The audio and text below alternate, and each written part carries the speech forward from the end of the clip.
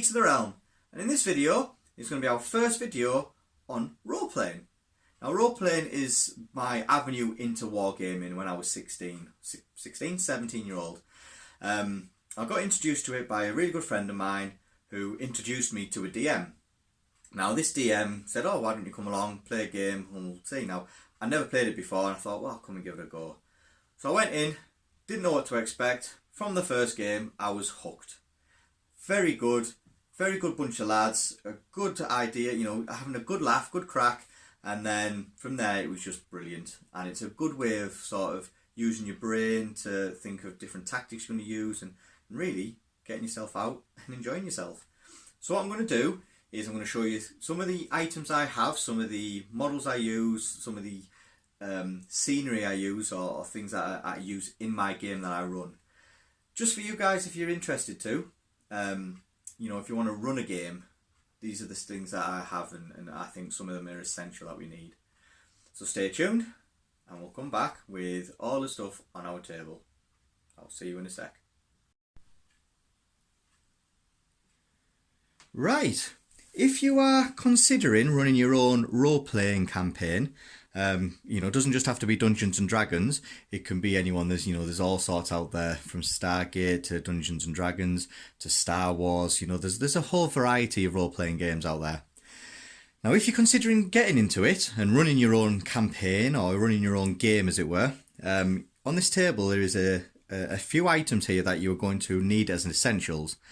Some of the items on here are just stuff for a bit more aesthetics of things, making it look better and make it look nicer, and for your group, as it were. So what we're going to do is we're going to go through each items and why I have them and what benefits do they bring to the game. Now, as you can see, okay, this is sort of set up for Dungeons and Dragons. Now, I've been playing Dungeons and Dragons for a long time now, since I was 17, 16, something like that. So we're talking a good 15 years-ish, okay, 15 years of playing this game. Now, I've been playing that. I also play a few other games, so Star Wars, for instance, and a couple of Stargate and other ones. But the main one, my main passion really is Dungeons and Dragons. Now, there's lots of different sets of Dungeons and Dragons. I think they're on to 5 at the moment, so 5th edition. But the main one I play is 2nd edition, which is the AD&D 2nd edition.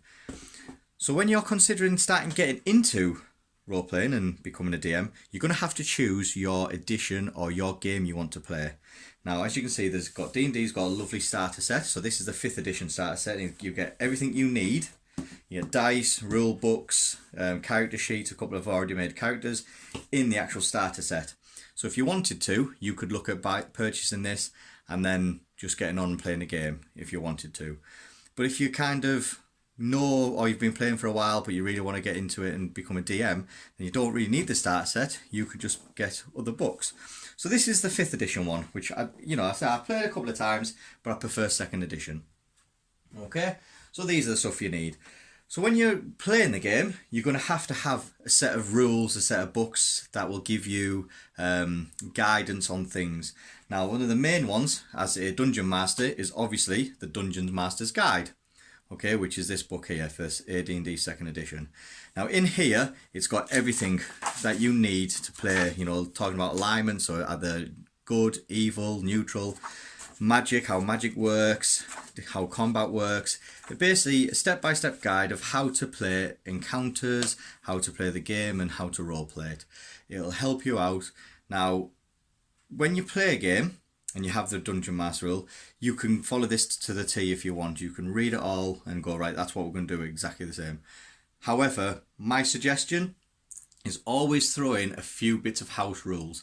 And the reason for that is some of the rules on here are a little bit iffy, and I know they're trying to get a little bit better, but it's still not really 100% there. So when you throw your house rules in, just to make the game a little bit more personalised really for yourselves and your crew, okay? So that's what I would suggest, and we'll go through some of my little house rules that I run. But you need a Dungeon Master's Guide, and then you're going to need is a player's handbook. Now this is for everybody who plays. It tells them how to advance, how to get experience, how to create the characters they want, you know, the saves they've got, any spells. So if you've got any spellcasters at the back, that tells you the spells and what they do. You know, it's got all sorts. So you need a player's handbook, okay? That will help them out. Now these ones, if you are not fully into it, then you don't really need to get them, because you know, you'll always be able to find some stuff online. However, if you're really into it and seriously into playing, then I would look at buying these books. Now there's a lot of different books out there, from, you know, for D&D at least, you know, there's like Faiths of Avatars, there's Demi-Human Deities and stuff. This one is the Player's Options of Skills and Powers. So basically you can open it up and you can make your own different skills, racial abilities, the kits you get, and it's basically giving you a bit of extra stuff that you can put into your game to help you out, a bit of ideas. But like I said, you can use these and, you know, give you a basis of ideas. However, do put house rules in. Your players will love it a lot better. Okay, so that is skills and powers. And then obviously every good role playing has to have some enemies to fight. So this is the big monster manual for the AD&D. So it's got monsters in here, gives you a bit of the armor class, what they are, what damage they do, what attacks they have, a bit of description about them, all sorts, from elf drows all the way through to gremlins, to, I can't even say that word, lamias, all the way through to living walls. It's got all sorts, a ton of monsters. So if you don't know and you don't want to make your own monsters up and you don't know what the, you know, how hard they should be, a good monster manual will help you out with that. Okay, I'll tell you all the ACs and stuff that you need. So it's something that you don't really need to think about when you're making the monsters. You just pick one off here and become a generic, and that's fine. But I always like to throw my own little bit of house rules in there. Like I say, I've been playing for a long time. I've played with lots of DMs, lots of fantastic DMs. Okay, and they've thrown their own rules in, and I quite like them, so I kind of nick some of their rules and put my own in and stuff. Okay, so that's essential. We do need a rule set. And then obviously when you're playing role playing, it's all about dice rolls and how you want to role play it. So we need a ton of dice. Now these are the Dungeons and Dragons dice. Okay, you can get a set which is full set, looks like these. Okay, so you get 2 d10s, so it's a 10-sided dice, one with 10s, 20s, 30s, 40s, 50s, 60s, 70s, 80s, 90s and double zeros on, and one that's just got 0, 1, 2, 3, 4, 5, 6, 7, 8, 9. Then you need a d10, which a d20, which is a 20-sided dice, a d12, which is a 12-sided dice, a d6, which is a 6-sided dice, a d8, which is an 8-sided dice, and then a d4. Okay, you need them. Now, if you're wanting to, obviously there's lots of different variety of dice. These are my dwarf dice, so they've got like dwarven ruins on it and stuff. I've got elf dice in there. My mates find it very, very funny because well, all my mates are massively taller than me. I'm 5'7", and everyone else is like 6 foot. So they bought me some tiny little dice to play with, some tiny D&D dice. And yeah, it's very hard to see the numbers on it, but they're very nice. And you can even get some tiny ones, some tiny D6s. Okay, so you can do a variety of different dice, but you want a lot. Okay, you can never have too many dice. There's your essentials. That is what you need. Then what you need to do is create a character. Now each system has its own rules of how to create characters and things. Okay, so let's look on this one. Where are we? Here we go. This is a character that I created, my favourite character, which is a big dwarf slayer, okay, called Thorn. And what I tend to do is when I create characters, I really go into it. So I find a picture who I want to look like, and then I'll do a little backstory through it. I start doing pictures of things, start printing off my priest abilities if I've got any, and my avatars, printing out any spells that I've got that I want to use. Also in here there'll be any items I get. I like to print out pictures and what it looks like, just to give me a little bit more of a thing on a character. Let me get them out, let's have a look. So we have, you know, my friends that I have, my little dogs that I've got, extra stuff, and it just makes it a little bit more personalised. Yeah, you know, you put a lot of effort into your character and you really get into it, and you sort of, you know, you don't really want your character to die, but you know, and you start having heroic you know, you start feeling like a heroic energy coming through, and you go, I really want this, I really want that, and you really, you know, you put a lot of effort into it, and you really get really attached to your characters.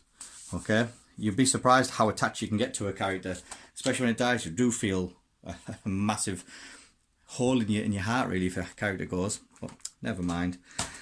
So you need a character sheet. Now, I'm not going to go through in this video of how to create a character sheet or how to create a character. This is just a generic, this is what sort of stuff you need to play the game. So your character sheet. And then, that's it. You just need a few friends to actually play with. There are your essentials, your books, which are your rules, your character sheet and your dice. That is all you need, because you can play along, you can do it in your head, you can, read a story out and say, yep, this is what we're going to do, what would you like to do, and you can talk about it, and you can all imagine it, no problem. But for me, I always like to see really good scenery, really good monsters on the board, really good looking painted figures on the board, and it just brings that whole D&D into the extra level. So as you can see on here, we have our miniatures that we use, okay? So we have miniatures like these, which is our hero miniatures. So these are like the things that you characters want to play. Yeah, so these are sort of like the hero guys. Make them up, find one you like, base a character on a model, paint the model up, and then try and get yourself, some of the armour that they've got when you're going through the game. So obviously this is Wolverine, dwarf Wolverine. I've got Hugh Hefner, a Hugh Hefner dwarf with his Playboy bunnies attached to him. Okay, and one on the back. And then we've got a couple of guys who have got a 3D printer. So what they do is they print out their models. So we've got, this is a new one. This is one of the parties I'm running a game at the moment, and this is one of the paladins. Okay, so he's printed that off, 3D printed, very nice. And he's printed that, and we've also got another 3D one, which is a bounty hunter. Okay, holding that was 3D printed off, and again, really nice. Okay, so we have the characters that we've got. Now, if we've got characters, we're going to have enemies to fight. Now, we've got a lot of array of enemies. We've got things like big, massive, huge monsters for them to fight. This is a war machine model that I painted. Yeah. So again, these guys can appear them. Now, if you put, I don't know, let's say a dwarf, the size of that difference there, okay, compared to it. So you can imagine putting that on the table and the dwarfs next to it. They can imagine how powerful that is. So then the imagination kicks in a lot further, and it gives you a lot more wow factor when you stick them on the table and they fight each other. Okay, so you have them, and then you can go on simple giants. So again, these are 3D printed that I've been painting, and they're really good giants. So we've got a Spartan giant, and again, the models for it, the different sizes, fantastic. So I like to use different models when I'm using when I'm doing D&D, so just to show them really the different scales and a little bit more variety. Okay, then we can get, these are just GW Trogloth or River Trolls they used to be. Okay, so again, using you can use them. If you don't want to go and buy models or get them 3D printed and stuff or painted them, go to a toy store, your local toy store, pick up anything that you kind of look at and go, that looks like a cool monster. This is just a kid's snake, okay, rubber snake. I went, it's a three-headed snake. How cool does that look? And it's already painted, so I don't need to do anything with it. Yeah, I think that's fantastic, just as a monster for these to fight. And again, bringing that on the table, they'll go, oh, nasty. This is going to be nasty. They give the whole imagination kicking off. I think it's fantastic. Okay, so once you've had your models on the table, so you can use your character sheet, you can base them on your models you've got. You then want to make it the world a little bit more of a interesting place. So this is where you can get hold of different scenery. Okay, so we've got things like these, which are dungeon tiles. So we've got normal dungeon tiles and normal tavern tiles. So you put these on the board, stick them together, yeah, just like so. I think it says, look, there you go, that's your dungeon. You can actually then make a little dungeon walkway and go, there you go, you've got a path coming this way, one that leads off there. And again, then you don't have to imagine, oh, where are we in here? How far away from the monster? So if we just put, I don't know, let's say the dwarf there, and he's going against this fella there, we know that's the distance. So when it comes to doing your spells, you know how far away that monster is. So again, you don't have to think about it, you can visually see it, which is brilliant. So we have that as the dungeon, and then if we wanted to, we could change it and turn it into a tavern with wooden floors. Okay, so these are just 3D printed ones, and again, it makes it look a lot better. Okay, now if you don't want to have a dungeon or a tavern, you can do it on a green field or a black backing and make it like a cave and stuff. But then if you can, make some stuff. Okay, so this is a campfire that was made just by some old pieces of wood, some paper painted to look like fire, and some rocks stuck on the side, stuck on a bit of plastic thing, and it looks like a fire. Or you can have a nice tent. Okay, plastic tent, you can get them, make it look really nice, and inside you can actually see there's a bed put in there. So just having this down here, you know, say we've got our party having, you know, around the actual campfire like so, it shows you it's got a lot.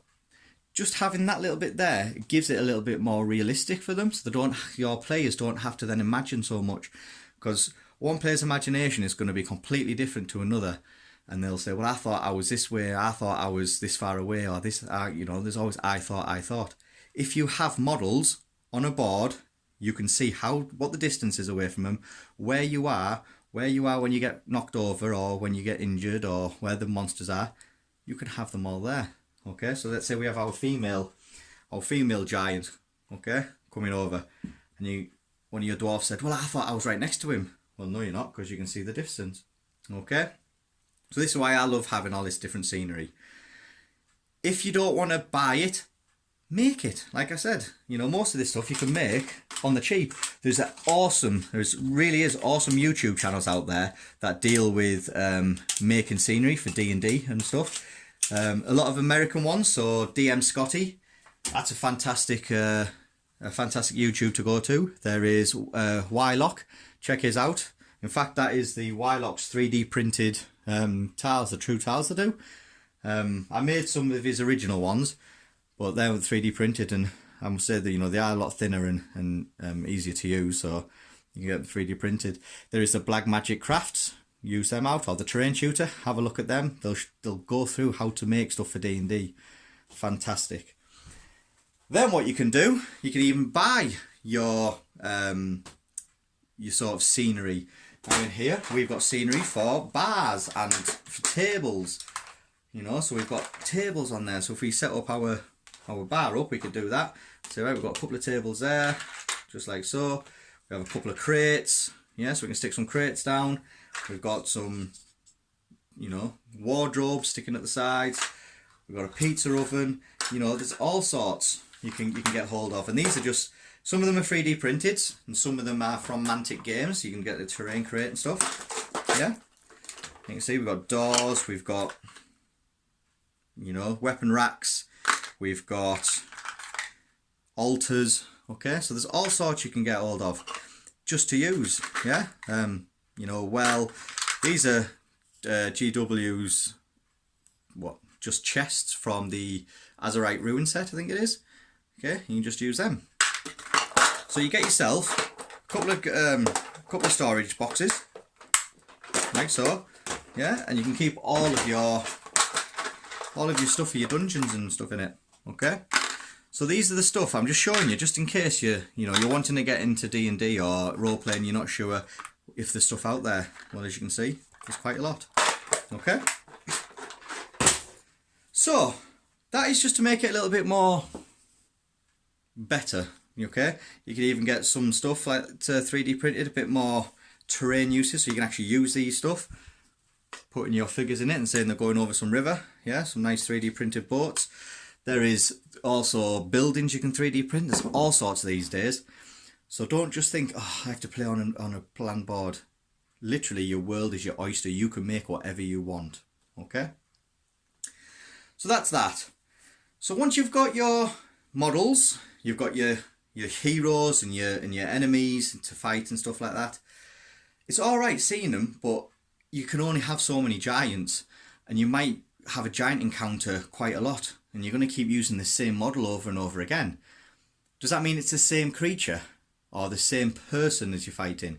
No, it doesn't. So what I like to do is bring in some cheat cards and picture cards. So I have, there we go, I have a load of these cards here, okay? And what I do, let's take these ones, is I find some pictures, cut them out, I stick them on, I give them names. Okay, and on here, these are my cheat sheets. So if somebody wants to go to an inn, this is what the inn person looks like. Yeah, and on the back, I'll give them the level that they are, if they've got any special abilities, how much the ales are if they're working there, how much it is for you know, to bed and breakfast in the inn. So I'll go through that with all different ones, and I'll just pick pictures. I'll just cut them out, and I'll just stick them on there. Even though I might use the same model, so this guy here I might use, I don't know, let's say I use this fella for him, yeah, just as a model that I've put down, but it's him. Next town I come along, I might have him as the model, but it might be this person I'm using him as. As long as I show my characters or my players, that's the picture, that's who you're speaking to, they'll have it in their head, so when they're now thinking about it and role playing with him, they can see what he looks like. Okay, very useful, very, very useful. And I have a ton of them, okay, all over. Yeah, and what I'll do is I'll make up maps. Yeah, and I'll print off maps of surrounding areas, and I'll number them. On the back I'll tell you where they are, and then the slumbering serpent, so I'll go to this person, yeah, Alexa, and she'll be finding somebody, she'll be on here. So they go to Alexa's house, number 10. So this lady lives in this number house there, okay? So then I know when they're saying I'm going to go to that house, I can pull this out and say, right, there you go, she's talking to you and this is what she's all about. So it's just a little bit more planning. Now, it takes a lot of planning when you're doing this if you want to really go into it, you know, making your own world up and stuff. It can take hours.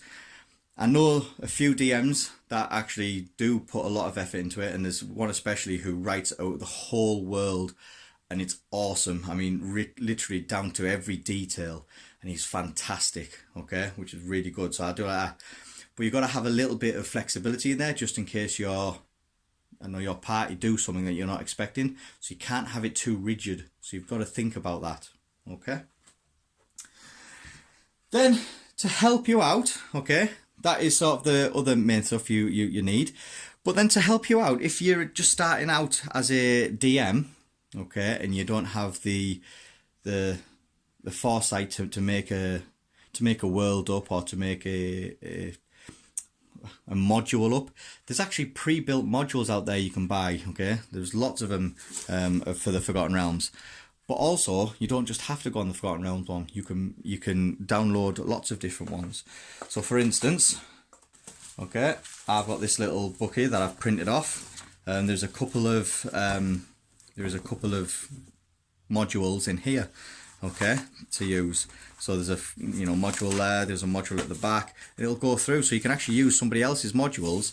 I would suggest reading through it, seeing if you like the module, seeing if you like the monsters. If the monsters are either too powerful or not powerful enough, then you can obviously change them, okay? So you can use a pre-built module, just make sure you read through it and you understand it, okay? So you can get that, which will help you out, to give you the confidence to actually run games first. After you've done a few modules, you think, oh, this is pretty good, I think I can make my own module up. So then what you do is you make your own little module. So one of my guys, we've just done this one, which is a little cave that they went in, an undead cave, and yeah, you just put some stuff out there. You think, right, I'll make it up. This is what's there, and then you just, as you're coming on, you're looking right on the back of what monsters you've got. But yeah, do it yourself. Yeah, doesn't matter what it looks like because obviously only you reading it. Once you've got all that, as a DM, you don't want your players to see what monsters are going to fight or what you're writing down sometimes. So what you will need is a good DM screen, okay? That opens up. Yeah, it opens up and it can be placed on your board there, and then you can put characters, you can put monsters all hidden away that your players can't see what you've got. You can even roll some dice down here if you don't want them to see what you're rolling for, or you just hide it back here. Okay. Now this is a 5th edition DM screen. Obviously I'm playing 2nd edition, so all I've done is I've done my little cheat sheets. So for instance on here, I've got the armor. So what AC do they give you for the different armor class that they use? And this is just a printed sheet off. I can do that. I have my players who's playing with us and what character's name they've got. The alignment just to help us out. So if I am going to roll some initiatives, or if I'm going to roll, you know, if they're evil or not, I'll already know, so I won't have to keep asking them. Yeah, so I'll have that there. And then what I do is I have a critical fail table. Okay, now this is just something that I've made up. It was in one of my other games that I play, and I really liked it, so I've just made my own little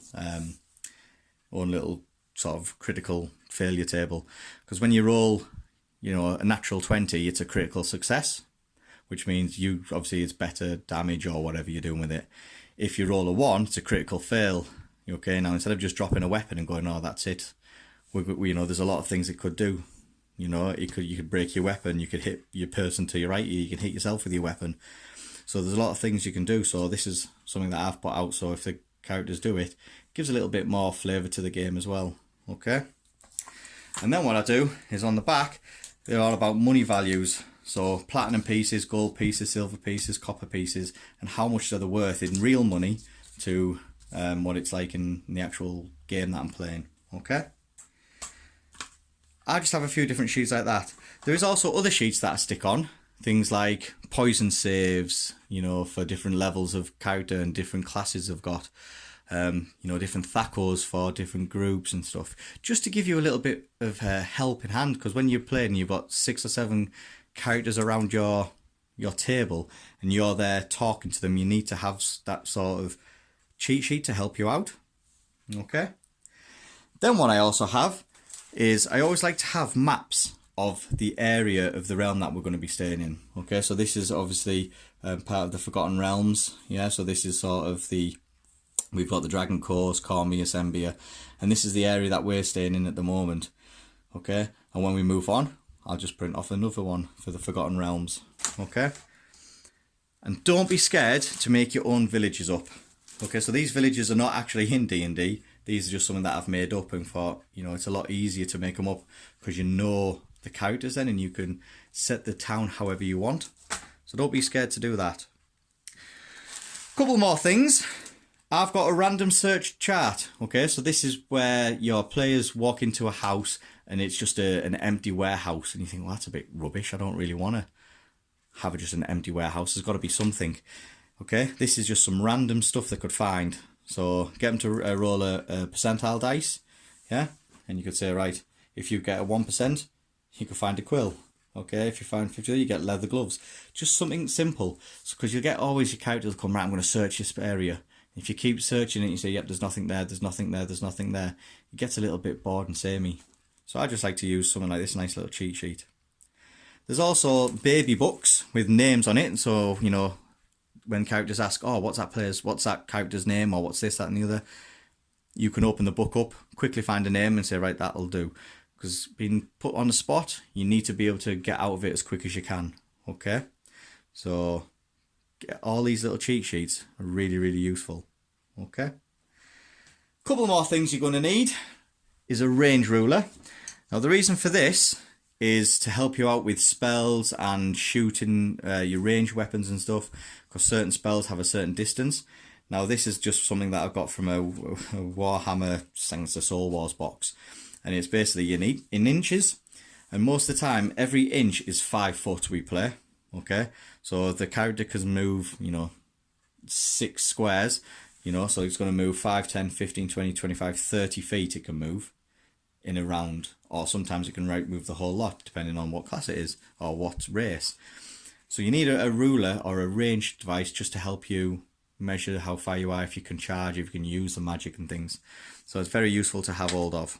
Okay, and then obviously the last thing you're going to need is a lot of pencils and papers. Okay, so I'll move this over here, move this over there.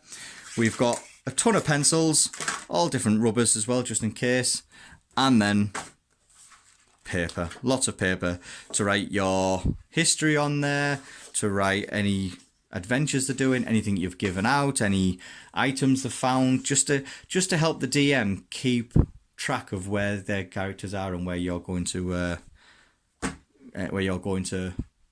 I don't know, pursue really what adventure you're doing, whereabouts you're going, because you might write loads and loads and say, yeah, these characters are going to walk up there, go into that cave and fight whatever's there. But your characters might go, well, I'll tell you what, I'm going to go to the cave. It's a little bit scary. I'm not going to go in the cave today. I'm going to go off and do something else. So you have to make sure you've got it all written down, because they might come back at it in, 6 months' time after completing one other adventure. Say, I'll tell you what, we're going to go into this cave now. You must have that cave's items and everything else ready to go. Okay? So you need to have some paper in there. And that's it. That is pretty much it for what you need as a DM. There's not really that much else apart from more books, more scenery. You can put trees out there. There's rocks you can put on. You can make a whole diorama really for you guys to go through. And yeah, it's really how in depth you want to get. I've got boxes and boxes and boxes of scenery. There's models coming out my ears of all different ones, just to make it a little bit, instead of having it samey, having 100 Warhammer orcs, I've got 5 Warhammer orcs. I've got some orcs from Mantic. I've got some orcs that have been 3D printed, just to have them a little bit different so they're not all looking the same. Okay, so yeah, that's it, guys. I would suggest, if you're really, really serious about role playing, have a look what's on the table. Message me if there's anything you're not 100% sure on, or why do I use this, or do I have any preference on, floor tiles or whatever, because there is different floor tiles out there. I mean, that's from, like say, Wylocks True Tile range, but you can get the Dwarven Forge. It's very expensive, but it looks really nice. You can get some Dwarven Forge. You can make your own, just by getting some, cardboard or even some foam board, and just make your own. The world's your oyster. If you don't mind being a bit crafty, having a look about, having a make, getting into it, it's really, you can make whatever you want. Even the models, now I've got them as made models and painted up. If you check out other YouTube channels, they'll talk about, you can do cardstock miniatures, where you basically have a miniature that's made out of card, literally just a picture stuck up on a base, and you can move that around. They're so simple, so easy, but you can have a ton of them, and if they break, well, then you just go and make a print off another one. If these break, you're going to have to go and buy another one or 3D print another one. And obviously you've got to paint these and stuff, so yeah, really guys, it's down to yourself. So what we'll do, we'll get back to my ugly mush, we'll have a chat about it, and we'll see what's happening. Right, so there you have it. Pretty much your basic and essentials of what you need as a DM. Okay, it can get quite expensive running a game, and can get quite time consuming. The best advice I can give you, and this is what one of my other DMs have said, don't throw so much into creating the character or the world that your other characters are going to come and fight in or play, because the characters might decide to completely go off on a different tangent, on a different road. Instead of going into the cave where you really wanted them to go to, they'll end off going down the road and jumping on a ship and going to a different country. They can do that, okay? The best thing about role-playing is you can do whatever you want. Yes, there's consequences, but you can do whatever you want. So if you really put a lot of effort into, the whole game and what's going to happen 6 months down the line, it's not going to happen, and you're going to sit there, you're going to be pulling your hair out, and you're going to go, why haven't they done this? And you don't want to tell them what to do, because that's not what they're playing for. They're playing because they want to develop their characters and learn about the area and come and really have fun. So always plan maybe 2-3 sessions ahead and alternatives. So if the guys decide to not go in the cave, what can they do as a alternative? Okay, they've gone down this way, what can they have?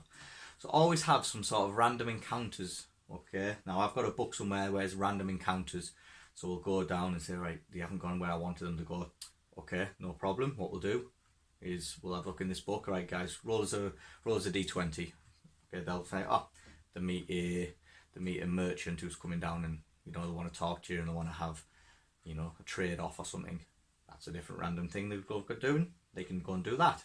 Okay, so really, don't put so much into the effort of months and months down the line. Just maybe 2-3 sessions ahead. Okay. What also I would like to do is, I'm not the best at it, okay, at all, but I like to throw different voices out. So when you're playing characters, try and make it a little bit different. So like dwarfs, we always say is like from Scotland, so we are trying to make it a bit Scottish and try a bit. Ah, how you doing, fella? What you playing at? I'm thinking I'm going to knock your teeth out. Trying to do that. There you go, as best as I can. We have sort of, big giants coming over. Giants, you see, like a bit burly, a bit more. What you doing down there? I think I'm going to stamp on you. Okay, fella? Yeah? Or you might have some little, little gobble coming along. Yeah? And the little gobble's coming along going, "Hey, what you playing at? Please don't come and see me. I'm a bit scared of you. I'm going to poke you with this little sticky." So make sure you've got like I try and have a little bit of a different voice. Sometimes, you might just come up with a different voice. Well, I quite like that. I'm going to use it a little bit just to throw a bit more atmosphere into the area.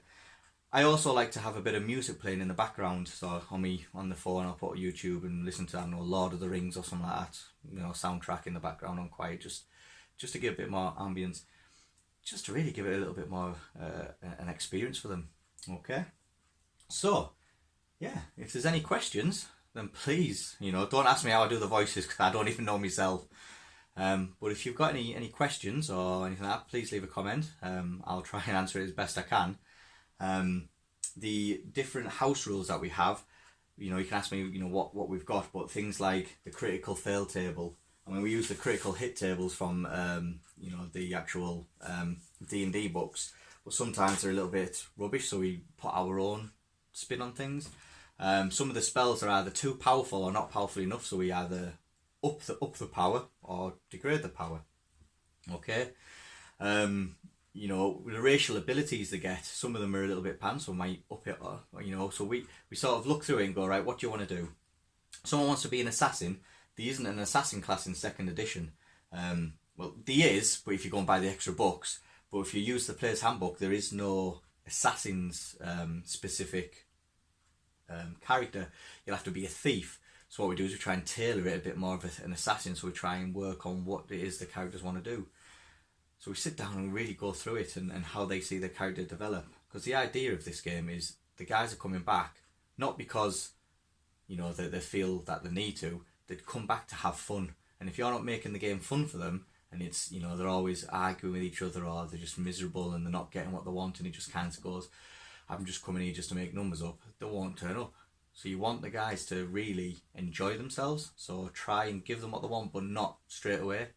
Okay, try and make them work for it, but eventually they get something and they really, really love it. Okay, so yeah, I hope you enjoy this. We'll have a little chat later on. I'm going to do some more videos on how to create characters in 2nd edition, might even do some at 5th edition, or how we create them. I might look at how to create a world, how to create a dungeon and monsters. How do I look at monsters and how do I create different ones? And yeah, I mean, we're going to see if we can get some of our sessions or parts of our sessions videoed, so you can see what it's like in here. Okay. But yeah, please don't forget to subscribe if you really like this. Click on the notification button when we do upload new videos. Now this is our first of our D&D videos that we're going to, or role-playing videos that we're going to produce. So hopefully we're going to get some more, and hopefully you guys like it. So I will see you guys soon, hopefully. Bye for now.